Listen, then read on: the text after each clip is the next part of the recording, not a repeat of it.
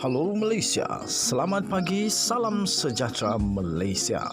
Malaysia kita punya, cintai Malaysiaku, kita jaga kita.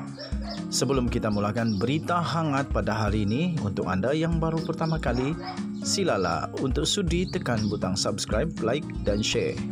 Sila juga tinggalkan komen anda kerana setiap komen anda amatlah dihargai. Berita hangat hari ini daripada channel ini, Denyut nadi suara rakyat bergema terus-menerus di dalam channel ini. Setiap hari kita membawakan berita-berita terbaru yang pastinya dinantikan oleh seluruh rakyat Malaysia.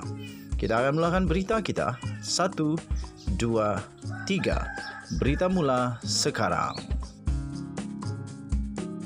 Salam sejahtera Malaysia, selamat pagi. Berita terkini dipetik daripada malaysiakini.com bertajuk PAS Gesar Siasatan Menyeluruh Skandal Kapal Tempur LCS.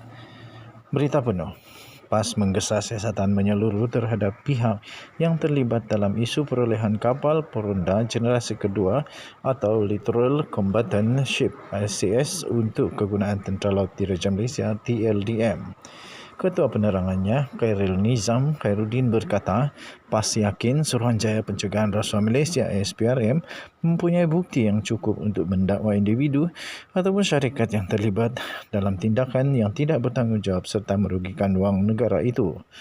Pendedahan itu menerusi laporan jawatan kuasa kira-kira wang negara PAC menunjukkan bahawa pembayaran oleh kerajaan sebanyak 6.083 bilion telah hilang tanpa sebarang hasil, katanya dalam kenyataan itu. Tambahnya lagi, sehingga hari ini tiada satu pun daripada 6 kapal tersebut telah diserahkan kepada TLDM, katanya dalam satu kenyataan hari ini. Untuk rekod, perolehan 6 kapal tempur LCS telah diluluskan oleh Kerajaan Persekutuan pada awal 2011 berikutan permintaan yang dibuat oleh TLDM. Pada akhir 2011, kontrak sebanyak RM9 bilion ringgit Malaysia diberikan kepada Borsted Naval Shipyard Sdn Bhd BNS secara terus tanpa tender terbuka. Kontrak itu berkuat kuasa pada 3 Oktober 2013 dan akan tamat pada 2 Oktober tahun depan. Bagaimanapun, pada 4 Ogos lalu, Jawatan Kuasa Pilihan Khas Parlimen PAC yang meneliti pengendalian projek LCS mendedahkan kerajaan sudah membayar sebanyak RM6 bilion walaupun tiada satu pun kapal yang siap. LCS pertama sepatutnya dihantar pada 2019 tetapi hanya 44% siap menurut laporan PAC. Laporan itu juga mengatakan pandangan Panglima TLDM tidak diendahkan oleh Kementerian Pertahanan dan BNS. Mengulas lanjut, Khairul Nizam berkata apa yang lebih mengecewakan apabila pandangan TLDM selaku pihak yang penting tidak dihiraukan oleh Kementerian Pertahanan dan BNS dalam pelaksanaan projek ketika itu. Katanya lagi, PAS menyeru kepada semua pihak untuk bersama memberi sokongan terhadap langkah yang diambil pihak berkuasa, terutamanya SPRM. Katanya lagi, kerajaan perlu tegas dan pastikan mereka yang telah merobek maruah pertahanan negara segera dibawa ke muka pengadilan, katanya. Semalam, Ketua Pesuruhjaya SPRM Azam Baki berkata dia enggan mengulas lanjut berhubung siasatan projek LCS itu kerana perlu menjaga sensitiviti siasatan dan kerahsiaan kes berkenaan. Sebaliknya, dia memberitahu keputusan mengenai hasil siasatan yang dijalankan SPRM akan diumumkan dalam masa terdekat nanti, katanya lagi. Sekian berita, salam sejahtera Malaysia. Kita jumpa lagi, jangan lupa tekan butang subscribe, like dan share. Bye-bye.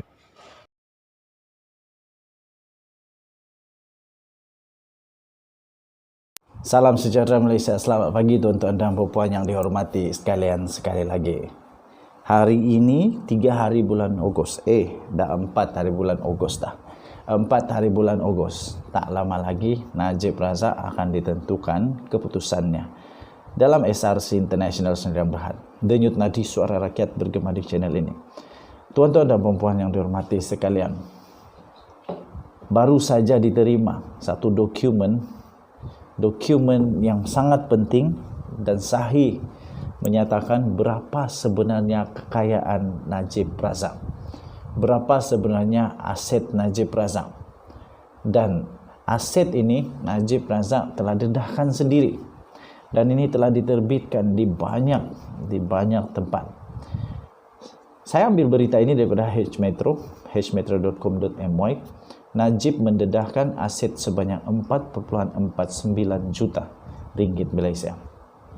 Datuk Seri Najib Tun Razak telah mendedahkan aset yang dimiliki oleh beliau, antaranya adalah deposit kepada Amanah Saham Nasional Berhad ASN, beberapa lot tanah dan rumah serta kereta mewah iaitu Mercedes-Benz dan Bentley Continental Flying Spur yang kesemuanya dianggarkan bernilai 4,49 juta ringgit Malaysia.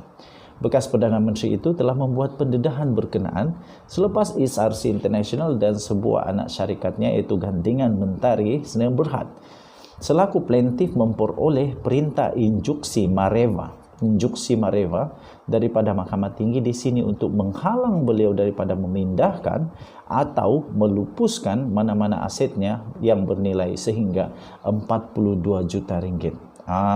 Tuan-tuan dan puan yang dihormati sekalian, injuksi mareva adalah perintah sementara yang mengekang Datuk Seri Najib Tun Razak selaku defendant daripada melupuskan sehingga keputusan dicapai dalam kes antara plaintiff dan defendant. Berdasarkan dokumen yang telah diperolehi oleh pihak media hari ini, Najib Razak yang ketika ini berumur 69 tahun telah mendedahkan bahawa aset miliknya di dalam afidavit tambahan yang difailkan menerusi Tetuan Syafiq & Co pada 20 Julai yang lalu. Antara aset yang dimiliki oleh Najib Razak adalah lot dan rumah di Pekan, di Kuantan dan Genting Highland di Pahang serta di Semenyih Selangor yang keseluruhannya bernilai lebih kurang RM460,000 Malaysia. Selain itu, tuan-tuan dan puan yang dihormati sekalian, Najib Razak turut memiliki 5 kereta, iaitu 4 Mercedes-Benz dan sebuah kereta Bentley Continental Flying Spur yang diperolehi sebagai hadiah. Sebuah motosikal Honda EX5 dan motosikal Kawasaki yang diperolehi sebagai hadiah yang bernilai RM252,000. Selain itu, beliau turut memiliki wang tunai berjumlah 1,2 juta ringgit Malaysia di dalam akaun Afin Bank dan wang pelaburan dalam Amanah Saham Nasional Berhad berjumlah 2,5 juta. Perkara itu kemudian telah disahkan. Ini telah disahkan oleh Peguam Najib sendiri, iaitu Muhammad Farhan Muhammad Syafi ketika dihubungi oleh media. Tuan-tuan dan puan, Muhammad Farhan turut memaklumkan prosiding hari ini di hadapan Hakim Datuk Amar Jed Singh ditetapkan untuk perbicaraan bagi permohonan untuk penangguhan prosiding kes saman SRC terhadap Najib. Ini kes saman. Banyak betul kes Najib ni. Bagaimanapun pihaknya menarik balik permohonan itu. Katanya, kami menarik balik permohonan itu dengan syarat untuk memfailkan pembelaan kami dalam tempoh 2 bulan, katanya. Mahkamah kemudian telah menetapkan pada 13 Oktober ini untuk pengurusan kes saman itu, katanya. Pada 24 Mac yang lalu, tuan-tuan puan, Pesuruhjaya Hakiman iaitu Datuk Muhammad Arif Amran Arifin yang membenarkan permohonan SRC dan Gandingan Mentari dalam saman SRC ke atas Najib. Ini saman bukan SRC yang Najib dah dikenakan penjara itu, bukan. Ini perkara lain. Mengarahkan ahli Parlimen Pekan itu untuk mendedahkan kepada Peguam SRC secara bertulis aset beliau di dalam atau di luar Malaysia yang bernilai sehingga 42 juta dalam 30 hari selepas perintah itu diserahkan kepadanya. Muhammad Arif Imran turut mengarahkan Najib supaya tidak mengalih, tidak melupuskan, tidak mengendali atau tidak mengurangkan nilai asetnya di dalam dan di luar Malaysia itu sekitar sehingga 42 juta ringgit Malaysia sehingga keputusan akhir saman itu dikeluarkan. Najib juga dibenarkan mengeluarkan dan membelanjakan wang daripada sebuah akaun bank atau sumber lain yang tidak melebihi RM100,000 sebulan untuk perbelanjaan sara hidup dan guaman yang mahkamah ini menyatakan ia adalah termasuk dalam perintah injeksi mareva mereka sementara diperolehi oleh One Malaysia Development Berhad 1MDB. SRC adalah syarikat 1MDB dan Gandingan Mentari Sdn Berhad adalah anak syarikat milik penuh SRC. Memfailkan writ saman itu terhadap Najib pada 7 Mei tahun lalu, tuan-tuan dan puan. Mereka mendakwa bahawa Najib telah melakukan pecah amanah, menyalahgunakan kuasa dan memperoleh manfaat pribadi daripada dana SRC selain telah menyelewengkan dana berkenaan. Apa yang akan terjadi kepada Datuk Seri Najib Tun Razak selepas ini? Yang pasti, tuan-tuan dan puan-puan yang dihormati sekalian, ramai orang duk kata kepada saya, nak kesian apa? Tapi saya manusia biasa. Saya memang kesian kerana pertama, saya tidak dapat nafikan bahawa Datuk Seri Najib Tun Razak memang ada banyak jasa kepada rakyat Malaysia. Kerana itu saya rasa kesian dengan dia. Pada awal, pada pertengahan pentadbiran sangat bagus. Tapi akhirnya beliau telah terpalit dengan banyak kes 1MDB, penyelewengan wang, pengubahan wang haram, salah guna kuasa, pecah amanah, banyak lagi yang beliau sedang hadapi sekarang. Jadi sekarang, tuan-tuan dan puan-puan, berapa banyak Najib Razak perlu lalui di mahkamah? Amat banyak. SRC International, dia sudah pecah amanah, yang ini disaman jadi 2. Kemudian 1MDB Tenuh.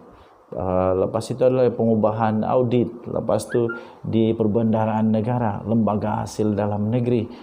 Adui, pening kepala. Kalaupun Datuk Seri Najib Tun Razak tidak dipenjarakan, dia akan tetap turun naik mahkamah juga sehingga kes 1MDB ini selesai.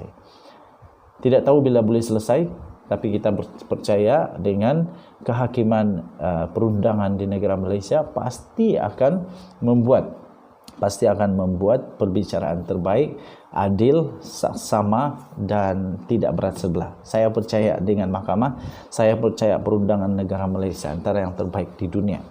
Jadi saya tidak ada apa-apa keraguan dengan perundangan Malaysia.